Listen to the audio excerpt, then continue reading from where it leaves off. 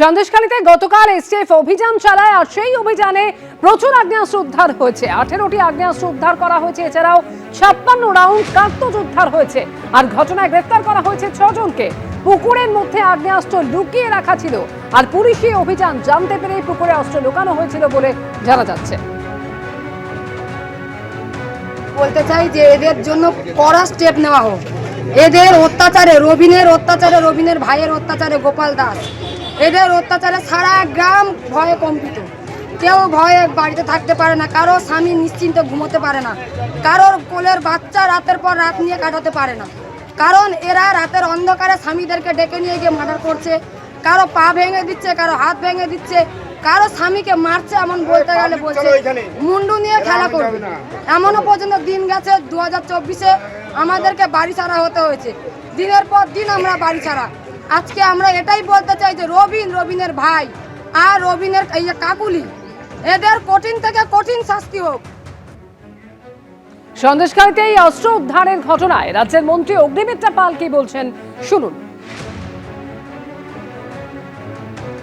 গত যে সরকার ছিল বা তার আগের সরকার অনুপ্রবেশকারীদের ঢোকানো, ইন্টারন্যাশনাল ফেন্সিং না করা এবং ক্রিমিনালদের চালিত করা এবং ক্রিমিনালদের সাহায্য নিয়ে সরকার চালানো, কি বাম বলুন কি মুখ্যমন্ত্রী বলুন, আগের মুখ্যমন্ত্রী তো মানে ক্রিমিনালদের চালাতে চালাতে শেষের দিকে নিজেই চালিত হচ্ছিলেন ক্রিমিনালদের দ্বারা, তারাই হয়ে গেছিল জনপ্রতিনিধি।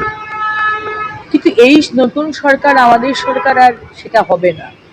সুতরাং আমরা এখন ওই শুদ্ধিকরণ শুরু করেছি, ক্লেনজিং অফ দ্য সিস্টেম। একটু সময় লাগবে, কিন্তু সবই ঠিক হবে।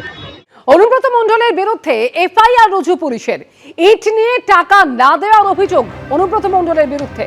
2021 সালে বোলপুরে পার্টি অফিস তৈরি করতে প্রায় 30 লক্ষ টাকার ইট নেন অনুব্রত এবং সেই সংক্রান্ত বিষয়ে অভিযোগ দায়ের হয়েছে। পার্থপ্রতিম ঘোষ টেলিফোনে রয়েছেন। পার্থ, কি খবর এই বিষয়ে? দেখে এবার অনুব্রত মণ্ডল, বীরভূমের তৃণমূল নেতা অনুব্রত মণ্ডলের বিরুদ্ধে এফআইআর রুজু করলো পুলিশ। শান্তিনিকেতন থানায় গতকালকে একটা অভিযোগ জমা পড়েছে এবং সেই অভিযোগের পরিপ্রেক্ষিতে পুলিশ জানাচ্ছে অনুব্রত মণ্ডলের বিরুদ্ধে কিন্তু এফআইআর রুজু করে তদন্ত শুরু হয়েছে। যেমনটা অভিযোগ যে একজন ইট ভাটার মালিক, তিনি অভিযোগ করেন যে নানা সময় তাদের কাছ থেকে টাকা চেয়ে তাদের কাছে দাবি দেওয়া করা হতো, তোলা চাওয়া হতো এবং 2021 সালে জোর করে তার ইট ভাটা থেকে কিন্তু প্রায় 30 লক্ষ টাকার উপর ইট নেন এবং এই ইট নেওয়ার পরবর্তীকালে তিনি যখন সেই টাকা চান, অর্থাৎ বোলপুরে পার্টি অফিস তৈরির জন্য কিন্তু এই ইট ভাটার মালিকের কাছ থেকে টাকা নেওয়া হয়েছিল বলে, ইট নেওয়া হয়েছিল বলে তিনি অভিযোগ করছেন। এবং যখনই সেই টাকা চাইতে যায়, তখন টাকা চাইতে গেলে কিন্তু তাকে হুমকি পর্যন্ত দেওয়া হয় বলে অভিযোগ। পুলিশ জানাচ্ছে যে অনুব্রত মণ্ডল এবং তার সহযোগীদের বিরুদ্ধে এই যে অভিযোগ এসছে শান্তিনিকেতন থানায়, সেই অভিযোগ পাওয়ার পরবর্তীকালে তারা এফআইআর রুজু করেছে। ভয় দেখানো, চুরি সহ একাধিক বিষয়ে মামলা রুজু করা হয়েছে। এফআইআর রুজু করে পুলিশ জানাচ্ছে অনুব্রত মণ্ডল এবং তার সহযোগীদের বিরুদ্ধে যে অভিযোগ করেছে সেই অভিযোগে পূর্ণাঙ্গ তদন্ত করছেন তারা, সেই বিষয়ে কিন্তু পুলিশের তরফ থেকে বলা হচ্ছে। অর্থাৎ বীরভূমের তৃণমূল নেতা অনুব্রত মণ্ডল, তার বিরুদ্ধে কিন্তু এবারে এফআইআর রুজু করে তদন্তে নামলো পুলিশ। ধন্যবাদ পার্থ। এবিপি আনন্দ, এগিয়ে থাকে, এগিয়ে রাখে।